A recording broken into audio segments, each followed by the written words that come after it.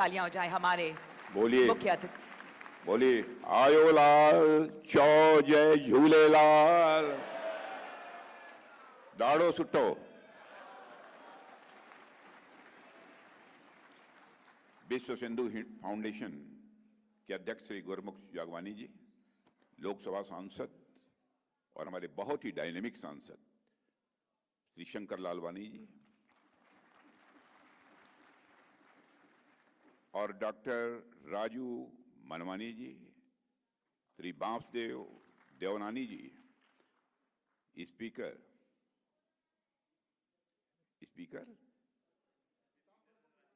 अच्छा पीताम्बर को, श्री श्रीचंद जी कृपलानी, श्री भगवान दास जी शबनानी, श्री अशोक जी रोहानी, श्री कुमार जी एलानी, डॉक्टर पायल कुकरानी, श्री किशोर अजमानी और यहाँ मौजूद हमारे सिंधी समाज के सभी सम्मानित बहनों एवं भाइयों, जिस समय मुझे आमंत्रित किया गया इस कार्यक्रम के लिए, तो मैं सच कहता हूं कि मुझे बेहद खुशी हुई है।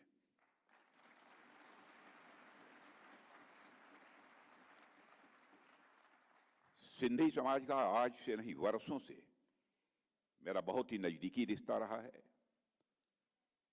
अपनापन का रिश्ता रहा है, क्योंकि हमारा जो संसदीय निर्वाचन क्षेत्र है, उस संसदीय निर्वाचन क्षेत्र लखनऊ में भी बड़ी संख्या में हमारे सिंधी समाज के लोग रहते हैं। मैंने लखनऊ में देखा है कि जब भी कोई राष्ट्रीय स्तर का कोई कार्यक्रम हो, आयोजन हो अथवा कोई अभियान हो, बढ़ चढ़कर उसमें अपनी भागीदारी यदि कोई सुनिश्चित करता है तो हमारे सिंधी समाज के लोग करते हैं। आज मैं जब आप सबके बीच यहां पर खड़ा हूं, इस मंच पर आते ही मुझे याद आई श्रद्धेय संत आसुराराम जी महाराज की। हमारे लखनऊ में रहते थे, प्रायः मैं जाता था तो उनका दर्शन करता था, लेकिन विधि का विधान है, जो आया है उसे शरीर त्यागना ही है। अब वो हमारे बीच नहीं रहे, मैं आप सबके बीच अपनी तरफ से भी उन्हें श्रद्धांजलि अर्पित करता हूं। साथियों, आप सबके बीच इस कार्यक्रम में उपस्थित होकर सचमुच मुझे बेहद खुशी हो रही है। और आप सब जानते होंगे कि रामायण में एक श्लोक है, जिस श्लोक में राजा दशरथ जी कहते हैं, प्राचीना सिंधु सौवीरा सौराष्ट्र दक्षिणा पथा। इस श्लोक से साफ हो जाता है कि सिंधु प्रदेश राजा दशरथ के राज्य का हिस्सा था। और इस श्लोक से यह भी साफ हो जाता है कि सिंधु प्रदेश राजा दशरथ जी के राज्य का हिस्सा था और सिंध वह क्षेत्र भी है जहां वेद ज्ञान सबसे पहले आया। ओम का उच्चार भी यहां सबसे पहले हुआ है, यही इसकी विशेषता है। भारत देश की सनातन संस्कृति में मैं जानता हूं कि हमारी सभ्यता की शुरुआत सप्त सिंधु के रूप में जानी जाती है। जहां मां गंगा को हमारी संस्कृति में सबसे पूज्य माना गया है, वही सिंधु नदी तो भारतीय अस्मिता की सबसे बड़ी प्रतीक मानी जाती है। और आप में से कई लोग इस बात को जानते होंगे कि दूसरे देशों में भारत की पहचान ही सिंधु नदी से की जाती है, जिसे रोमन लोगों ने इंडस रिवर कहा है। भारत के बारे में जिस पश्चिमी इतिहासकार ने लिखा है उसका नाम है मेगास्थनीज और उसकी किताब का नाम है इंडिका। यानी भारत की कल्पना आप सिंधु नदी के बिना तो कर ही नहीं सकते। भारत के विभाजन के कारण मेरे साथियों, सिंधु नदी का एक बड़ा हिस्सा आज तो पाकिस्तान में चला गया है। पूरा सिंध प्रांत ही आज पाकिस्तान में है, मगर इसका अर्थ यह नहीं है कि सिंधु, सिंध और सिंधी समाज का महत्व हमारे लिए आज कम हो गया है। इसका यह मतलब नहीं है। हमारे लिए उनका महत्व आज भी उतना है जितना हजारों साल पहले था।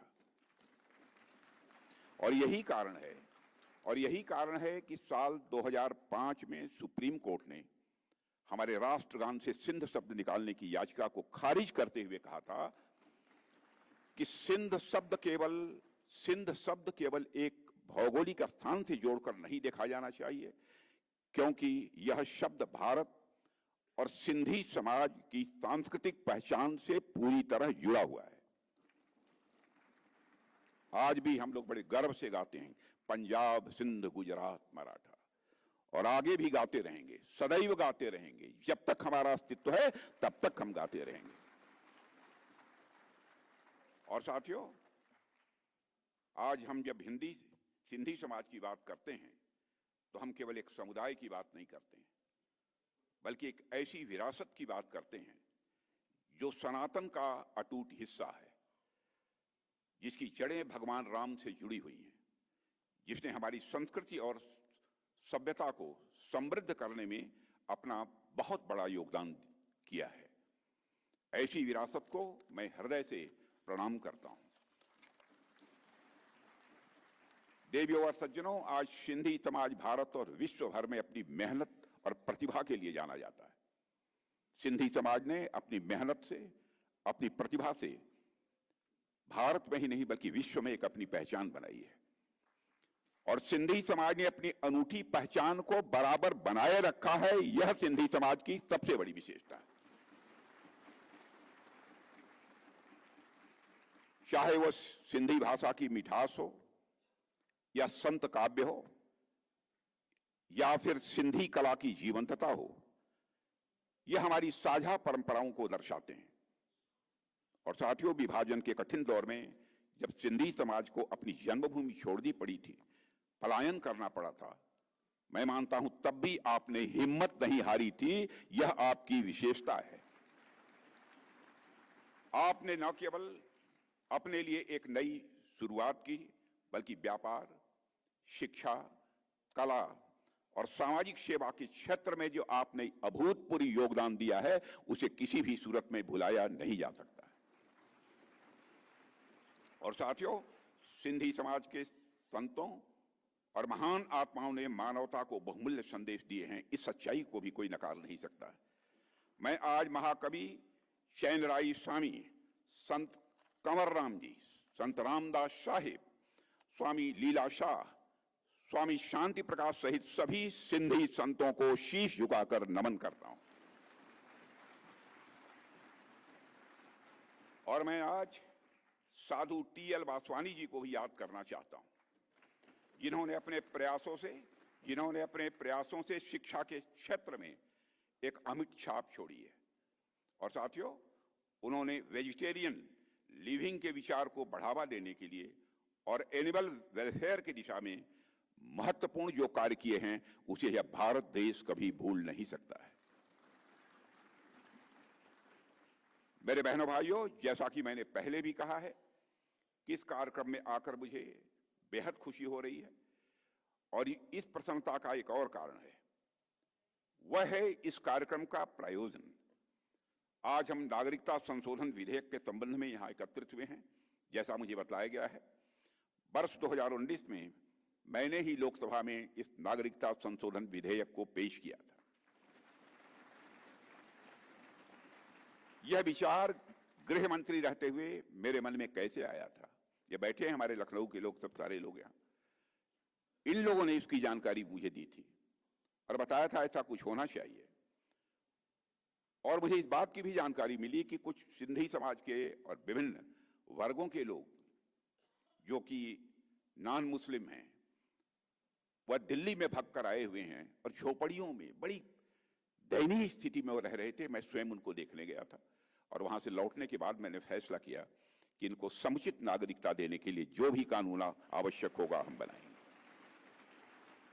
प्रधानमंत्री मोदी जी से मैंने बात की। मैंने कहा मैं इस दिशा में अब आगे बढ़ रहा हूं। बिल तैयार हुआ, लोकसभा मैंने पेश किया, लोकसभा में पारित भी हुआ। लेकिन वह 2019 का अंतिम दौर था, कुछ ही महीने शेष बचे थे, राज्यसभा में बहुमत नहीं था। मैंने कई विपक्ष के लोगों से भी बात की, लेकिन लोगों ने समर्थन देने से इनकार कर दिया। तो मैंने कहा चलिए, इस साल नहीं होगा तो अगले साल तो पास होकर ही रहेगा। और फिर जब गृह मंत्री अमित जी बने तब मैंने उनसे कहा और उन्होंने फिर उस काम को आगे बढ़ाया। देवियों, सज्जनों, यह बात ध्यान देने वाली है कि हमारी सरकार ने कई पड़ोसी देशों से धार्मिक उत्पीड़न से बचने के लिए वर्ष 2024 तक भारत आए अल्पसंख्यक समुदायों के सदस्यों को बिना पासपोर्ट के भारत में रहने की अनुमति दी है। आज मैं कह सकता हूं कि हमारे पड़ोसी देशों के इन भाइयों और बहनों का सम्मान से ही जीने का अधिकार भारत में मिल रहा है और इस अधिकार को दुनिया की कोई ताकत छीन नहीं सकती। और मैं यह भी कहना चाहूंगा कि पड़ोस के कई देशों में अल्पसंख्यक समुदाय वर्षों से यातना झेलता रहा है।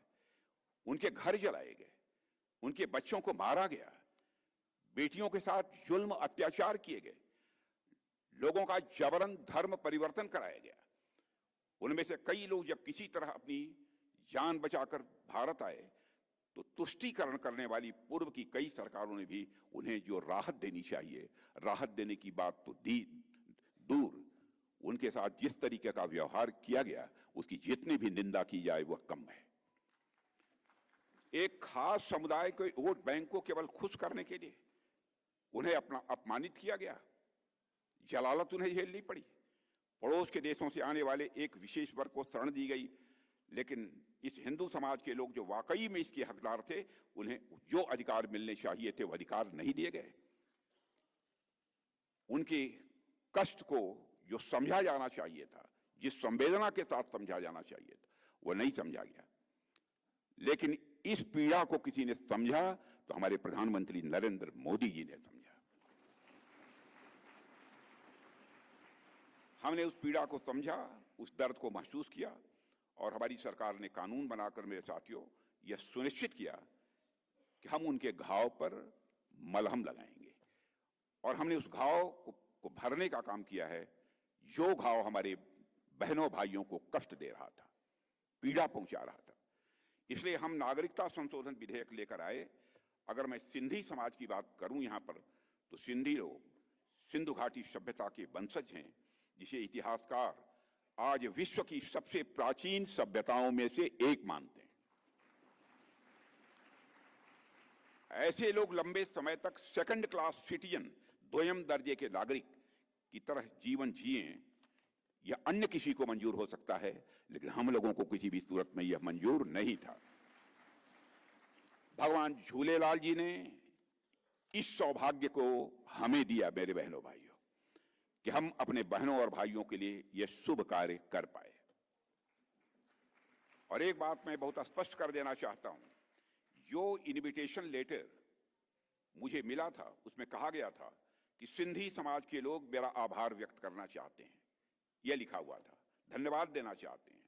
लेकिन मेरा मत यह है कि यह कानून कोई आपके ऊपर एहसान नहीं था, आपके ऊपर यह कोई उपकार नहीं था, यह हम सबकी नैतिक जिम्मेदारी थी, हमारे सरकार की नैतिक जिम्मेदारी थी।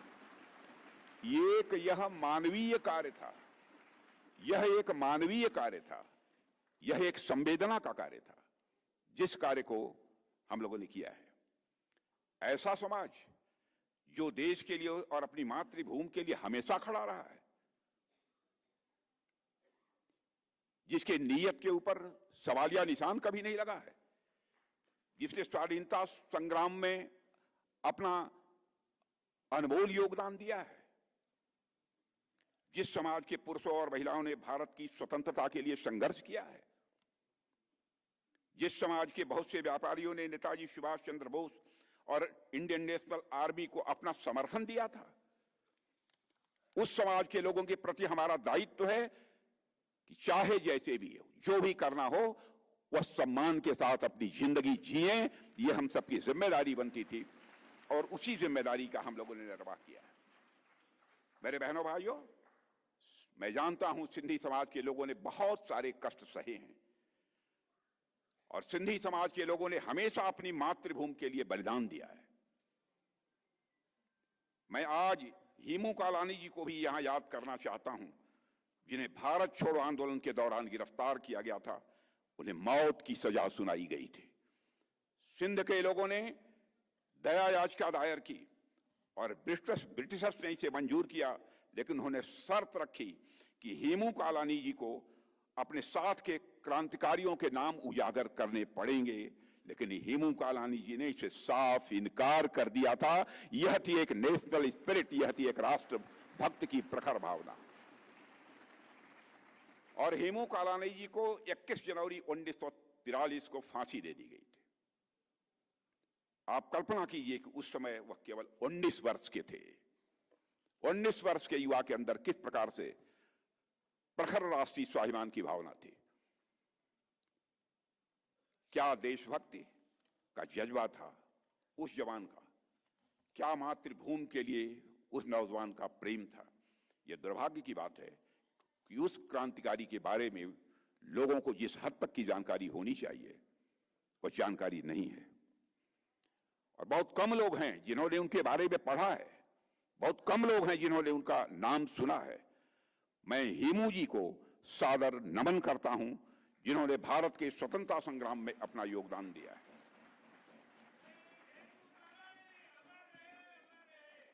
साथियों, वर्ष 1947 में जब भारत स्वतंत्रता का उत्सव मना रहा था, तब विभाजन की त्रासदी की वजह से बहुत बड़ी जनहानि हुई थी और लाखों लोगों को अपने घरों से विस्थापित होना पड़ा था। इस कारण सिंधी समाज को भी बहुत कुछ खोना पड़ा है। साथ ही उन्हें एक छल का भी शिकार होना पड़ा। वह छल किया उस समय की सरकार ने। पार्टीशन के समय कांग्रेस ने सिंध के लोगों को भारत आने के लिए मना किया। पार्टीशन के समय सिंध के लोगों को आने के लिए उन्होंने मना किया, जबकि उन लोगों को पता था कि सिंध में हिंदू माइनॉरिटीज को कितना खतरा था। भारत के विभाजन की घोषणा के तुरंत बाद अखिल भारतीय कांग्रेस समिति ने 14 जून को दिल्ली में एक बैठक बुलाई और उस बैठक में सिंध, पंजाब और बंगाल के हिंदुओं और सिखों ने विभाजन के विचार का विरोध किया था। उन्होंने इस बैठक में विभाजन के खिलाफ मतदान भी किया था और यह भी मांग की थी कि उसकी सुरक्षा के लिए प्राविधान किए जाएं। हालांकि कांग्रेस के उच्च नेतृत्व ने उनकी मांगों को अनदेखा कर दिया था उस समय। ऐसे समय में राष्ट्रीय स्वयंसेवक संघ ने सिंधी समाज की बेहद मदद की थी। मैं समझता हूं कि सिंधी समाज उसे नहीं भुला सकता है। संघ ने हिंदू समाज के लोगों को सेल्फ डिफेंस ट्रेनिंग भी दी थी और 1943 से लेकर 1947 तक संघ के तत्कालीन सरसंघ चालक श्री गोलवलकर जी ने कई बार सिंध का दौरा भी किया था। वे सिंध के सभी प्रमुख शहरों में गए थे और वहां के प्रमुख हिंदू और सिंधी नेताओं, व्यापारियों, वकीलों और शिक्षाविदों से मिले। और जब अगस्त 1947 के प्रारंभ में उन्होंने कराची का दौरा किया तो लाखों की संख्या में सिंधी हिंदुओं ने उनका स्वागत किया था। इस दौरान संघ से सिंधी जुड़ाव स्वाभाविक रूप से बढ़ा था। और साथियों, भारतीय जनता पार्टी हमेशा से सिंधी समाज के लोगों और उनकी संस्कृति के पक्ष में खड़ी रही है और भविष्य में सदैव खड़ी रहेगी। और बहुत कम लोगों को यह बात याद है कि सिंधी भाषा को 8वीं अनुसूची में शामिल करने के लिए श्रद्धेय अटल बिहारी वाजपेयी ने बहुत ही प्रयास किए थे। और वर्ष 1957 में जब अटल बिहारी वाजपेयी पहली बार लोकसभा के सदस्य चुने गए थे तो उन्होंने एक गैर सरकारी विधेयक भी संसद में पेश किया था, जिसमें उन्होंने सिंधी भाषा को संविधान की 8वीं अनुसूची में शामिल करने की मांग की थी। लेकिन श्रद्धेय अटल बिहारी वाजपेयी जी के द्वारा पेश किया गया यह बिल संसद में विरोध के कारण पारित नहीं हो पाया था। वर्ष 1967 में जब लोकसभा में सिंधी भाषा को 8वीं अनुसूची में शामिल करने के लिए बिल आया तो श्रद्धेय अटल जी ने इसका समर्थन करते हुए कहा था, मैं उनका कोट आपके सबके सामने रखना चाहता हूं, जो अटल बिहारी वाजपेयी जी ने कहा था, सिंधी में भारत की आत्मा बोलती है, सिंधी में भारत की आत्मा बोलती है। सिंधी का रक्षण और विकास हमारे देश के सांस्कृतिक विकास का ही एक अंग है। मैं हिंदी भाषी हूं, लेकिन सिंधी मेरी मौसी है और मैं सिंधी का उतना ही आदर करता हूं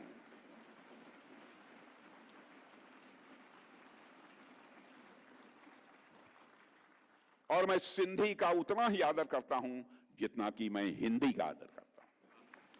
ये अटल बिहारी वाजपेयी जी ने कहा। यह स्टेटमेंट इस बात का सबूत है कि हम हमेशा से ही सिंधी लोगों के सम्मान के लिए खड़े हुए हैं, उनके हक के लिए खड़े हुए हैं और सिंधी समाज के अधिकार के लिए बहनों भाइयों खड़े हुए हैं और भविष्य में भी जब भी जरूरत होगी खड़े होते रहेंगे। और हाल ही में महाराष्ट्र की एनडीए सरकार ने सिंधी विस्थापितों को उनकी जमीन का मालिकाना हक दिलाने के लिहाज से एक विशेष अभय योजना 2025 लागू की है और यह योजना सिंधी समुदाय के लिए सम्मान और सुरक्षा की प्रतीक है, जिससे 3 पीढ़ियों को न्याय मिल रहा है इस पहल के कारण। और मैं यहां पर आदरणीय लाल कृष्ण आडवाणी जी का भी जिक्र करना चाहता हूं। हमारे नेता थे, आज हैं। आडवाणी जी ने अपनी एक पुस्तक में लिखा है कि सिंधी हिंदू और विशेषकर उनकी पीढ़ी के लोग अभी भी भारत से सिंध को अलग करने की बात को स्वीकार नहीं कर पाए हैं। न केवल सिंध में बल्कि पूरे भारत में हिंदू सिंधु नदी को पवित्र मानते थे। सिंध के कई मुसलमान भी मानते थे कि सिंधु का जल मक्का के आबे जमजम से कम पवित्र नहीं है। यह मैं उनका कोट बतला रहा हूं, यह आडवाणी जी का कोट है। आज सिंध की भूमि, मेरे बहनों भाइयों, यह भारत का हिस्सा भले ही न हो, लेकिन सभ्यतागत रूप से सिंध हमेशा भारत का हिस्सा रहेगा। और जहां तक जमीन की बात है तो बॉर्डर्स तो बदल सकते हैं, क्या पता कल को सिंध भारत में फिर से वापस आ जाए।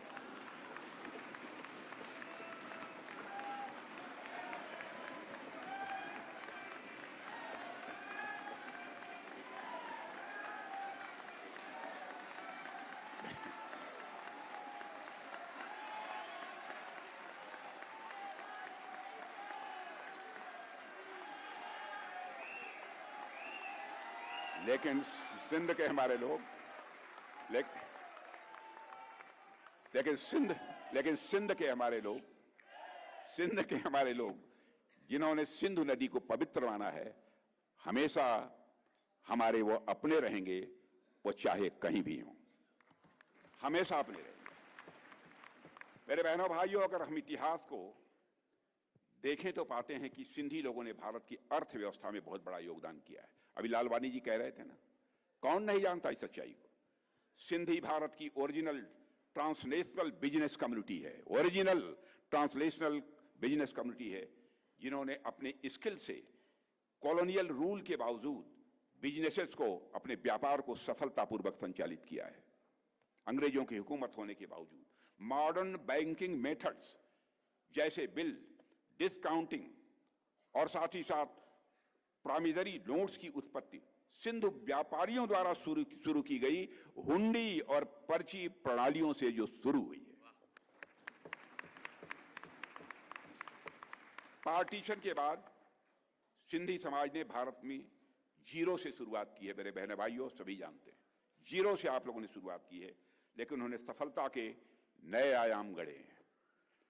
और आज भारत सहित दुनिया के देशों में सिंधी समाज के लोग समाज निर्माण के कार्यों में अपना बहुत बड़ा योगदान कर रहे हैं। ऐसा शायद ही कोई क्षेत्र हो जहां अपनी सरनेम का कोई व्यक्ति नेतृत्व करता न मिल जाए। आनी सरनेम का कोई व्यक्ति नेतृत्व करता न मिल जाए, शायद ही देश में ऐसा कोई क्षेत्र हो। चाहे शिक्षा हो, चाहे वह शिक्षा का क्षेत्र हो या रियल एस्टेट, चाहे कला के क्षेत्र हो या कानून और राजनीतिक जैसे क्षेत्र, चाहे टेक्सटाइल की बात हो या ट्रेड इंडस्ट्री की हो, आज सिंधी समाज के लोगों के योगदान के बिना किसी भी क्षेत्र की कल्पना की ही नहीं जा सकती है। मेरे बहनों भाइयों, मैं आज KR बलकानी जी को भी याद करना चाहता हूं, जो ऑर्गेनाइजर के पहले और सबसे लंबे समय तक अपनी सेवा देने वाले मुख्य संपादक थे। मलकानी जी ने भारत में फ्रीडम ऑफ स्पीच के लिए बहुत बड़ा संघर्ष किया है। जब पंडित जवाहरलाल नेहरू ने first amendment act locker freedom of speech को कुचला, तब मलकानी जी ने इसका मुखरता से विरोध किया था। वह मलकानी जी भी सिंधी थे। और बाद में जब इंदिरा जी ने आपातकाल घोषित किया था, तब मलकानी जी गिरफ्तार होने वाले पहले व्यक्ति भी माने जाते हैं। वह वही सिंधी थे। महान स्वतंत्रता सेनानी आचार्य जेबी कृपलानी जी भी सिंधी समाज से आते थे। जेबी कृपलानी जी भी सिंधी महासमाज से आते थे। उन्होंने भी फर्स्ट अमेंडमेंट एक्ट का जमकर विरोध किया था। यानी यह भी कहा जा सकता है कि सिंधी समाज की संविधान की रक्षा करने में बहुत ही महत्वपूर्ण आपकी भूमिका रही है। संविधान की रक्षा करने में, देश के निर्माण में भी आपकी बहुत ही महत्वपूर्ण भूमिका रही है। मेरे बहनों भाइयों, मैं आज प्रोफेसर राम पंजवानी जी को भी याद करना चाहता हूं, जिन्हें सिंधी कम्युनिटी का कल्चरल एम्बेसडर, सांस्कृतिक दूत माना जाता है। वे न सिर्फ एक महान लेखक बल्कि सिंधी साहित्य एवं संस्कृत के सच्चे उपासक थे। मेरे बहनों भाइयों, सिंधी समाज अपने बिजनेस स्किल्स के लिए भी भारत में ही नहीं बल्कि दुनिया के दूसरे देशों में भी जाना जाता है। यह बात मैं इसलिए कह रहा हूं, जब मैं दुनिया के दूसरे देशों में जाता हूं और इंडियन डायस्पोरा के साथ हमें इंटरेक्शन करने का जो अवसर प्राप्त होता है, इस चीज को मैं वहां भी देखता हूं। व्यापार के बिना अर्थव्यवस्था किसी भी सूरत में विकसित नहीं हो सकती है। और हमारी सरकार ने व्यापार और व्यापारियों के जीवन को सुगम बनाने के लिए कई महत्वपूर्ण काम किए हैं। जन विश्वास के पहले संस्करण में लगभग 200 छोटे अपराधियों को अपराध की श्रेणी से बाहर कर दिया गया था और दूसरे संस्करण में 300 से ज्यादा छोटे अपराधों को अपराध की श्रेणी से बाहर कर दिया गया है। हमारी सरकार ने किया है। आज भारत में ट्रेडर्स और व्यापारियों को भी एक नया आत्मविश्वास मिला है। यह मैं विश्वास के साथ कह सकता हूं। आप जीएसटी कानून और हाल ही में किए गए जीएसटी रिफॉर्म्स को ही ले लीजिए और इससे ईज ऑफ डूइंग बिजनेस को बढ़ावा मिला है और आम लोग और छोटे व्यापारियों सहित सभी के लिए आज का जीवन बेहद आसान हो रहा है। हमारी सरकार ने, मेरे बहनों भाइयों, ऐसी नीतियां भी बनाई हैं जिन्होंने व्यापार करने को सुगम बना दिया है और हमने 40,000 से ज्यादा कंप्लायंसेस को पूरी तरह से खत्म कर दिया है। कई कानूनों को डीक्रिमिनलाइज कर दिया है और मेरा विश्वास है कि हमारे द्वारा किए जा रहे सारे रिफॉर्म्स की नींव के बल पर ही यह हमारा भारत, जिसे लालवानी जी कह रहे थे, यह विकसित राष्ट्र बनकर रहेगा। दुनिया की कोई ताकत नहीं रोक सकती। आज टॉयज से लेकर खिलौने, टॉयज से लेकर टैंक तक भारत सब कुछ बना रहा है। भारत बना ही नहीं रहा यह टैंक, बल्कि भारत दुनिया के देशों को एक्सपोर्ट भी कर रहा है। भारत मेरे साथियों आत्मनिर्भर बन रहा है। दुनिया का मैन्युफैक्चरिंग हब बनने की दिशा में भारत तेजी के साथ आगे बढ़ रहा है और वह दिन दूर नहीं जब हमारा भारत यह विकसित राष्ट्र बनेगा और हमारा संकल्प भी और विश्वास भी है, यह मैं कह सकता हूं। अंतर्राष्ट्रीय जगत में आज भारत की प्रतिष्ठा बढ़ी है। पहले अंतर्राष्ट्रीय मंचों पर भारत कुछ बोलता था तो भारत की बातों को जिस गंभीरता पूर्वक लिया जाना चाहिए नहीं लिया जाता था, लेकिन आज अंतर्राष्ट्रीय मंचों पर भारत कुछ बोलता है, सारी दुनिया कान खोलकर सुनती है भारत बोल क्या रहा है। यह भारत की हैसियत बनी। इकोनॉमी की साइज के मामले में जो हमारा भारत 2014 में दुनिया के देशों में 11वें स्थान पर खड़ा था, आज हमारा भारत जंप लेकर इकोनॉमी की साइज के मामले में दुनिया के देशों में 4थे स्थान पर आकर खड़ा हो गया है। अंतर्राष्ट्रीय मानी जानी फाइनेंशियल फर्म्स मॉर्गन स्टैनले ने कहा है कि भारत जितनी तेजी से प्रगति कर रहा है वह दिन दूर नहीं है, साल 1.5 साल के अंदर ही भारत इकोनॉमी यानी अर्थव्यवस्था की साइज के मामले में दुनिया के देशों में टॉप 3 देशों में आकर खड़ा हो जाएगा। मेरे बहनों भाइयों, हमारे प्रधानमंत्री ने स्वदेशी का आह्वान किया है। मुझे पूरा विश्वास है कि हमारा सिंधी समाज स्वदेशी अपनाने के संकल्प में अपना और अधिक योगदान देगा और विकसित भारत बनाने के संकल्प में वह पूरी तरह से भागीदार बनेगा। मैं आप सभी से आह्वान करता हूं, विकास भी और विकास के साथ साथ विरासत भी के मंत्र को अपनाकर भारत के आर्थिक और सांस्कृतिक उदय में आप अपना अधिक से अधिक योगदान दें और इसके लिए यह भी आवश्यक है कि हमारी नई पीढ़ी को सिंधी भाषा, संस्कृति, यह सब और मूल्यों से आप उन्हें जोड़ें।